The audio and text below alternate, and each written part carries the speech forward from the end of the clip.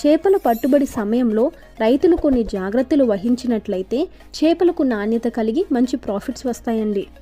పట్టుబడికి ఒక వారం ముందుగా చెరువు అడుగు భాగంలోని నీటిని తోడి మంచి నీటితో నింపాలి. ఇలా చేయడం ద్వారా చేపల్లో మట్టి వాసన లేకుండా నాణ్యంగా ఉంటుంది. పట్టుబడికి 2 రోజుల ముందు నుండి మేతను నిలిపివేయాలి లేదా ఫీడింగ్ రేట్ని తగ్గించాలి. చేపల పట్టుబడి సమయంలో రైతులు కొన్ని జాగ్రత్తలు వహించినట్లయితే చేపలకు నాణ్యత కలిగి మంచి ప్రాఫిట్స్ వస్తాయండి. పట్టుబడికి ఒక వారం ముందుగా చెరువు అడుగు భాగంలోని నీటిని తోడి మంచి నీటితో నింపాలి. ఇలా చేయడం ద్వారా చేపల్లో మట్టి వాసన లేకుండా నాణ్యంగా ఉంటుంది. పట్టుబడికి 2 రోజుల ముందుగా మేతను నిలిపివేయాలి లేదా ఫీడింగ్ రేట్ని తగ్గించాలి. చేపల పట్టుబడి సమయంలో రైతులు కొన్ని జాగ్రత్తలు వహించినట్లయితే చేపలకు నాణ్యత కలిగి మంచి ప్రాఫిట్స్ వస్తాయండి. పట్టుబడికి ఒక వారం ముందుగా చెరువు అడుగు భాగంలోని నీటిని తోడి మంచి నీటితో నింపాలి. ఇలా చేయడం ద్వారా చేపల్లో మట్టి వాసన లేకుండా నాణ్యంగా ఉంటుంది. పట్టుబడికి 2 రోజుల ముందు నుండి మేతను నిలిపివేయాలి లేదా ఫీడింగ్ రేట్ని తగ్గించాలి. చేపల పట్టుబడి సమయంలో రైతులు కొన్ని జాగ్రత్తలు వహించినట్లయితే చేపలకు నాణ్యత కలిగి మంచి ప్రాఫిట్స్ వస్తాయండి. పట్టుబడికి ఒక వారం ముందుగా చెరువు అడుగు భాగంలోని నీటిని తోడి